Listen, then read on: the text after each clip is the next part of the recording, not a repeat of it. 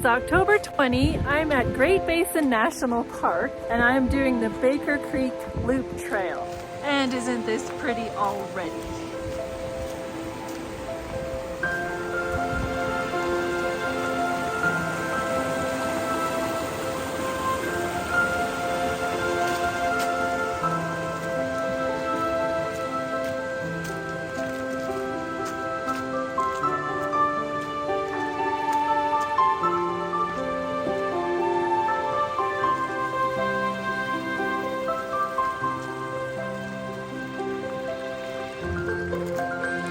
The ranger at South Fork State Park told me that I had to come to Great Basin. So that's why I'm here. And I'm pretty happy I am.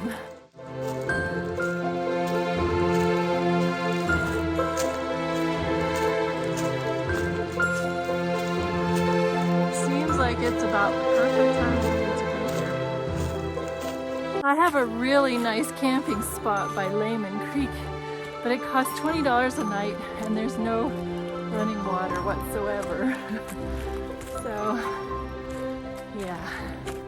Oh, but the creek is running, obviously.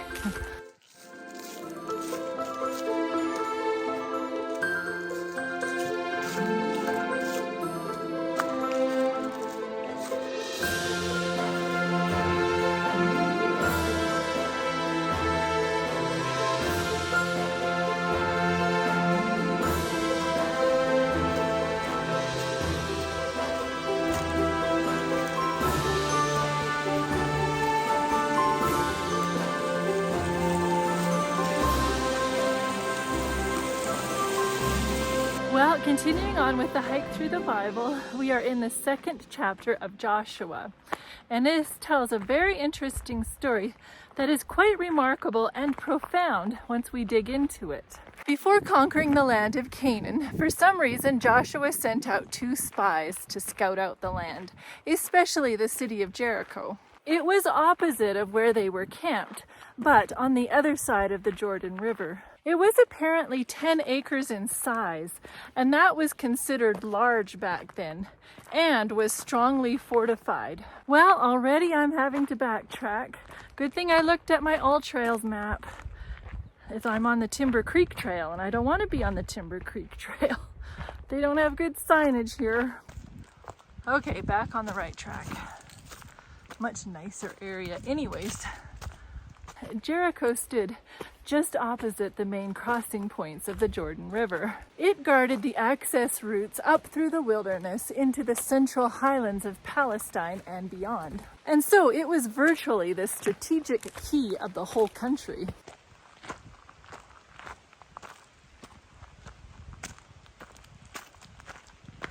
The 2 spies found lodging at a harlot's house named Rahab.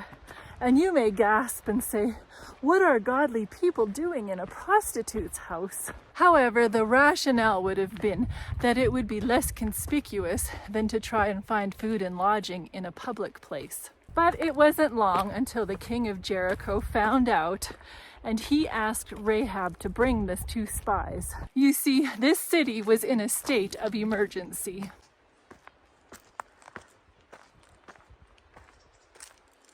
Whoa, that's quite the rock slide.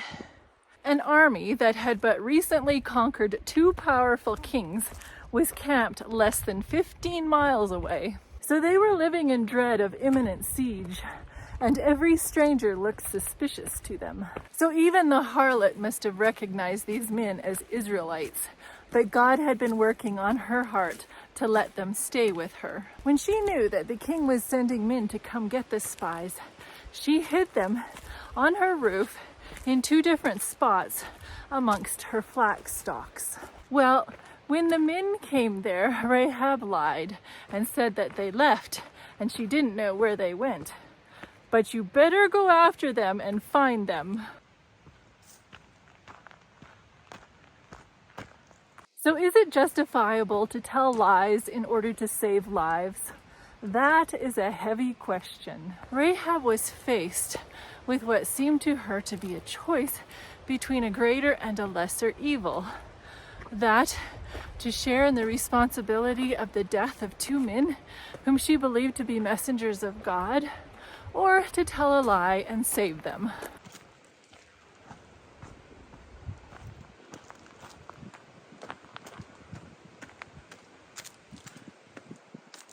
Well, this is what I'd say. To a Christian, a lie can never be justified. But to a person like Rahab, light comes gradually. A Christian will understand that God will protect them if it is in His will. But God accepts what is sincerely and honestly intended, even though there is a mixture of frailty and ignorance in it. Rahab's faith was tested and it rang true. God accepts us where we are at, but we must grow in grace.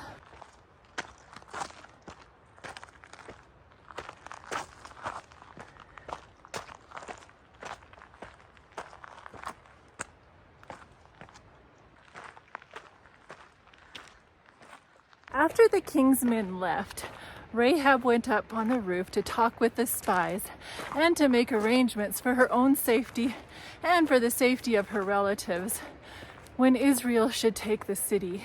She told the spies that the people of Jericho were fearful of the Israelites. And as a side note, the Amarna letters, which are not in the Bible, contain urgent cries for help addressed to Egypt's Pharaoh at that time. Getting into some open now. That was quite the wooded walk by the creek and severely uphill. Got a reprieve now. So all the inhabitants of Jericho trembled, but only Rahab passed from fear to faith and service. A woman, no less. She said, "As soon as we heard these things, our hearts melted within us. Neither was there any more courage in anyone because of you. For the Lord your God, He is the God of heaven above and on the earth beneath." Okay, I'm kind of back in the deep, dark woods now. And time has gotten away from me.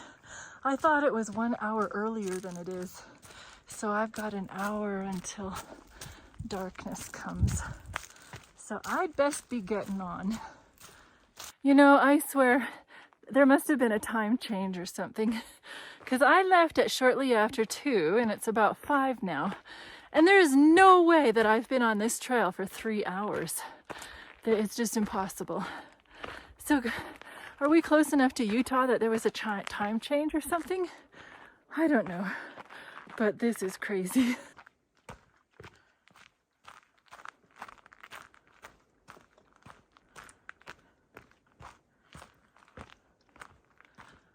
At least I'm on a downward trek now, but very, very rocky. After making her confession of faith, Rahab proceeded to enter into covenant relations with God and the representatives of His people for the preservation of her and her family's life.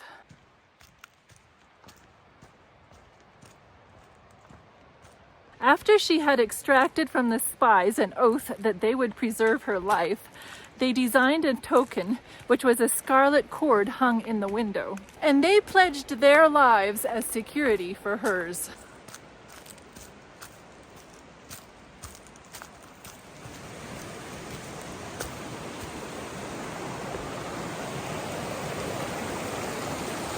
That's a mighty rushing river. Okay, I've got 1.6 miles to the trailhead. Let's see if I can make it there before dark. I'm hurrying, I really am, but I have to do it carefully, because these rocks will trip you up.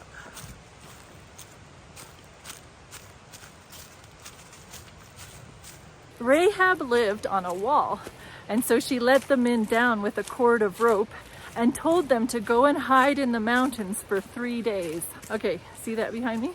I'm not the only crazy one out here. I passed somebody. Regarding the scarlet cord, the Hebrew word means cord only in this passage. Elsewhere, 31 times in the Hebrew Bible, it means hope. So So by playing on the twofold meaning of this word, the narrator indicates that the scarlet cord hung by Rahab signifies the source of redemptive hope. Well, I'm encouraged to see a bit of sunshine anyways, even though I'm not in it. Okay, these turkeys absolutely gave me heart failure until I saw what they were.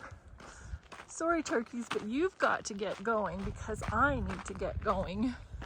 So yeah, somebody's got to move. Thank you. Hey, you're going in the wrong direction. That's my direction. Just like the Israelites had to sprinkle the blood of a lamb, now known as the Passover lamb, on their doorposts so they would not be slain, so now a scarlet cord was to be hung, and she and her family would be saved. Another symbol of the Passover. And it ultimately points forward to the redemption hope in Jesus.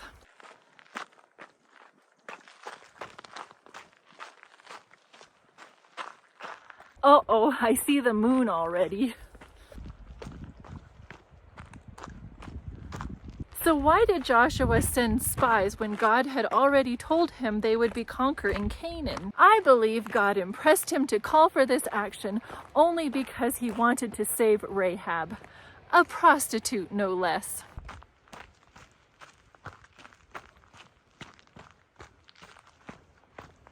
Let me repeat that. God wanted to save a prostitute. Rahab is valued as a diamond in the rough, as a treasured testimony to the mercy of God upon all humanity, even the unbelievers and the heathen. For her awesome courage to stand alone against the whole culture that surrounded her. For her faith in the Lord, the one true God, as an agent for the salvation of the spies and her whole family, as an essential part of Israel's community, as we shall later see, and as an ancestor of the Messiah.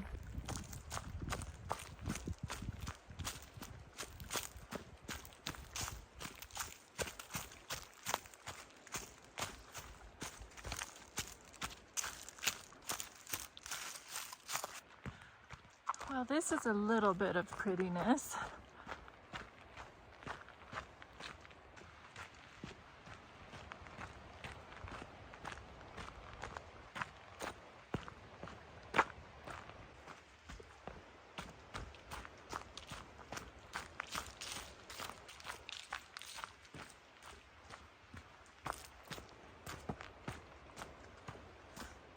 The Healing Hiker rating for this Baker Creek Loop Trail is a 2 out of 5.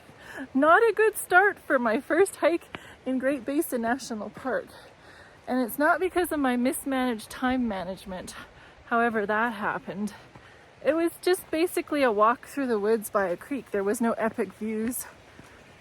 So it's not my cup of tea, it might be yours. But anyways, I'm gonna get it done before dark and I'm happy for that. You can tell the trees are on their last legs of leaves. So that's kind of sad, but at least there is a little bit of color left.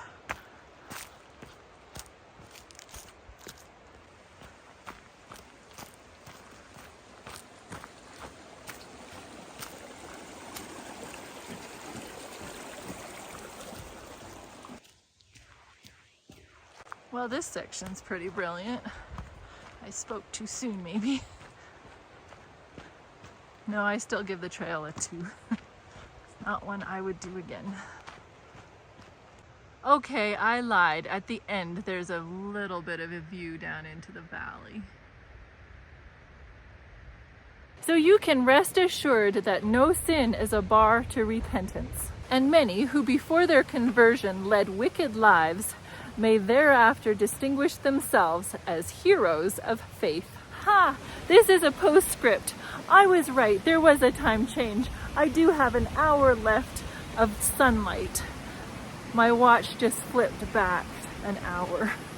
Oh man, I knew it. Phew, I was racing for nothing.